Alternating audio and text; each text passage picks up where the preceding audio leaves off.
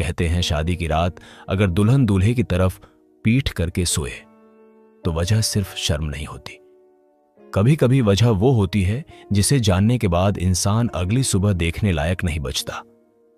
राघव को भी यही लगा था कि पायल शर्मीली है।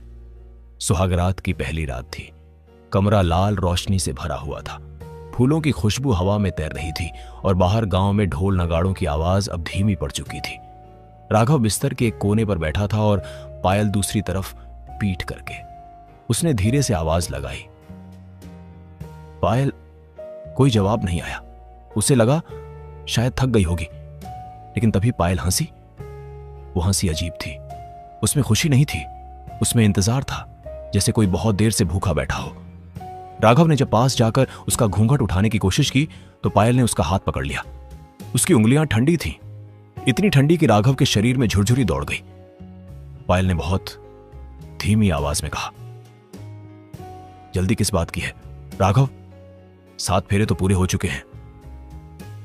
राघव मुस्कुराया, लेकिन उसी पल उसकी नजर दीवार पर पड़ी। कमरे में एक ही दिया जल रहा था, लेकिन दीवार पर उसकी अपनी परछाई साफ दिख रही थी, पायल की नहीं। उसने आंखें झपकाईं, फिर देखा, परछाई अब भी नहीं थी। राघव ने मजाक समझकर बात टालनी चाहिए, लेकिन तभी कमरे का दिया अपने आप बुझ गया। अंधेरे में पायल की आवाज गूंजी। अब वो आवाज एक नहीं लग रही थी, जैसे 2 लोग एक साथ बोल रहे हों। डरो मत पतिदेव। राघव ने जैसे ही माचिस जलाकर दिया जलाया, उसने पायल का चेहरा देखा। चेहरा वही था, सुंदर, शांत, लेकिन आंखों में सफेदी नहीं थी, पुतली नहीं थी, बस काला गहरा अंधेरा था, जैसे किसी ने रात को आंखों में भर दिया हो। राघव पीछे हट गया, उसका गला सूख गया। पायल उठकर खड़ी हुई। उसके पांव जमीन को छू नहीं रहे थे, वो जरा सी ऊपर तैर रही थी। उसने मुस्कुराकर कहा, तुम्हें पता है राघव, इस गांव में लोग रात को कुछ रास्तों पर क्यों नहीं जाते? राघव कुछ बोल नहीं पाया। तभी दीवारों पर हलचल होने लगी, पहले हल्की सी, फिर साफ। दीवारों से परछाइयां निकलने लगीं, औरतों की परछाइयां, सबके गले कटे हुए, सब सुहाग के जोड़े में, सबकी आंखें खाली। वो सब पायल के पीछे खड़ी हो गई। राघव की टांगें कांपने लगीं। वो जमीन पर गिर पड़ा। पायल उसके पास आई, उसके बाल खुल गए। वो बाल नहीं थे, काली परछाइयों की तरह हिलते हुए जैसे सांप। उसने राघव के कान में फुसफुसाया, मैं पायल नहीं हूं, मैं फेरों की चुड़ैल हूं। राघव की आंखों से आंसू निकल आए। पायल ने बताया कि हर 12 साल में उसे एक दूल्हा चाहिए होता है। 7 फेरे सिर्फ रस्म नहीं होते, वो एक लिखित समझौता होते हैं। जैसे ही 7वां फेरा पूरा होता है, दूल्हे की उम्र, उसका वक्त, उसकी सांसें, सब उसके नाम हो जाती हैं। राघव को याद आया, शादी से पहले पायल दिन में कभी खाना नहीं खाती थी। वो हमेशा परछाई में रहती थी। गांव की औरतें फुसफुसाती थीं, लेकिन उसने कभी ध्यान नहीं दिया। अब देर हो चुकी थी। पायल ने अपना हाथ राघव के सीने पर रखा। उसका हाथ अंदर धंसता चला गया, जैसे शरीर नहीं, मिट्टी हो। राघव को लगा उसकी सांसें कोई खींच रहा है। उसकी आंखों के सामने उसकी पूरी जिंदगी घूम गई। माँ बाप, बचपन, हंसी, सब जैसे किसी ने निचोड़ लिया हो। पायल हंस रही थी। ये सुहागरात नहीं है राघव, ये तेरी अंतिम रात है। कमरे में ठंडी हवा चलने लगी। दीवारों की औरतें एक एक कर राघव को छूने लगी। हर छुअन के साथ उसकी उम्र बढ़ती जा रही थी। उसकी चमड़ी सिकुड़ रही थी, बाल सफेद हो रहे थे। उसकी आवाज गले में अटक गई। आखिरी बार उसने पायल की आंखों में देखा और उसे लगा जैसे वो आंखें अब खाली नहीं थीं, उनमें संतोष था। सुबह जब गांव वालों ने कमरा खोला तो अंदर सन्नाटा था। राघव जमीन पर पड़ा था, बूढ़ा, झुर्रियों से भरा हुआ, पूरी तरह सफेद बालों वाला, जैसे किसी ने एक रात में उसे 100 साल का बना दिया हो। बिस्तर पर बैठी थी एक छोटी सी बच्ची, लाल चूड़ियां पहने, माथे पर बिंदी।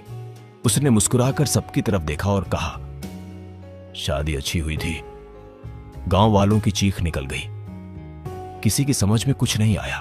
बाद में पता चला उस बच्ची का नाम फिर से पायल रखा गया। वही चेहरा, वही आंखें, और 12 साल बाद उसी गांव में फिर से एक शादी तय हुई।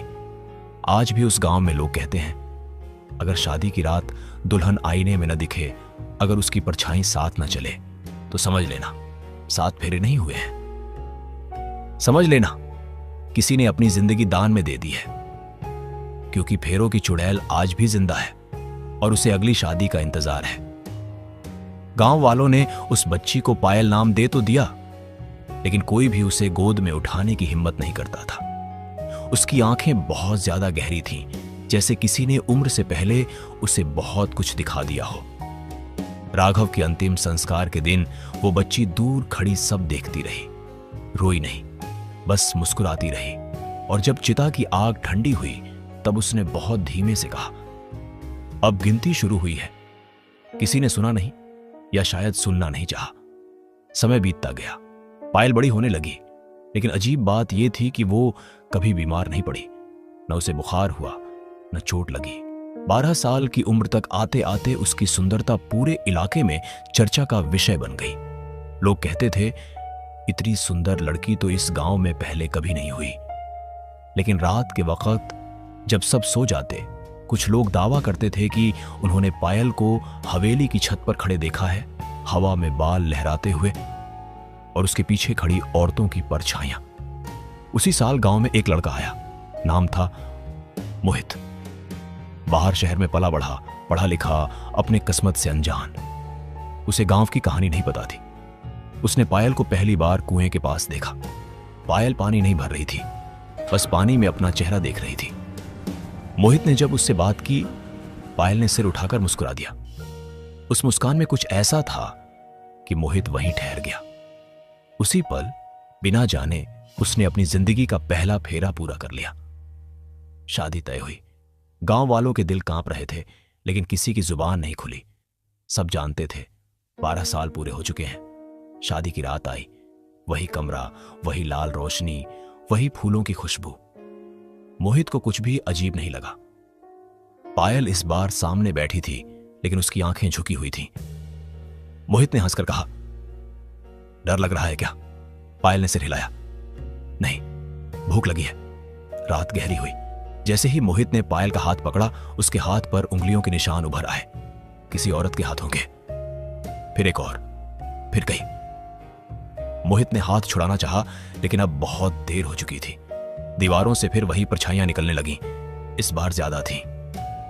पायल ने सिर उठाया। उसकी आंखें अब पूरी तरह काली थीं। उसने कहा, पहले दूल्हे ने उम्र दी थी, तुम अपनी सांस दोगे। मोहित चिल्लाया, लेकिन आवाज कमरे से बाहर नहीं गई। जैसे ही पायल ने उसे छुआ, उसकी छाती धंसने लगी।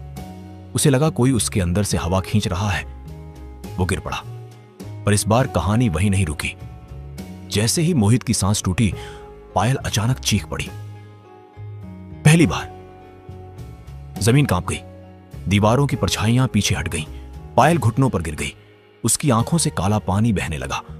उसी पल गांव के मंदिर में घंटा अपने आप बज उठा। पुजारी ने कांपते हुए कहा, इस बार कुछ बदल गया है। सुबह कमरे में सिर्फ मोहित की लाश मिली। पायल गायब थी। कई दिनों बाद उसे हवेली के तहखाने में पाया गया, जिंदा, लेकिन बदली हुई।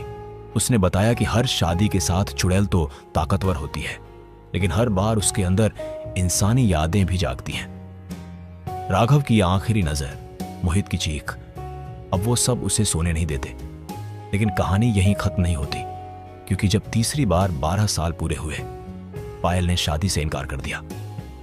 पहली बार। उसी रात गांव में सबसे ज्यादा मौतें हुई। चुड़ैल को शादी चाहिए थी, लेकिन उसने इनकार किया। और जब फेरों की चुड़ैल को उसका हक नहीं मिलता, तो वो पूरे गांव से वसूलती है। आज उस गांव में कोई शादी नहीं करता, कोई दुल्हन लाल जोड़ा नहीं पहनती। और अगर कभी रात के वक्त कोई लड़की आईने में खुद को देखती है और उसकी परछाई पीछे नहीं होती, तो समझ लिया जाता है कि पायल फिर जाग चुकी है, क्योंकि फेरों की चुड़ैल अब सिर्फ दूल्हे नहीं ढूंढती, अब वो पूरे गांव को अपना परिवार बनाना चाहती है। और ये कहानी मैं तुम्हें इसलिए सुना रहा हूं, क्योंकि कल जिस शादी में तुम जा रहे हो, उस दुल्हन का नाम भी पायल है।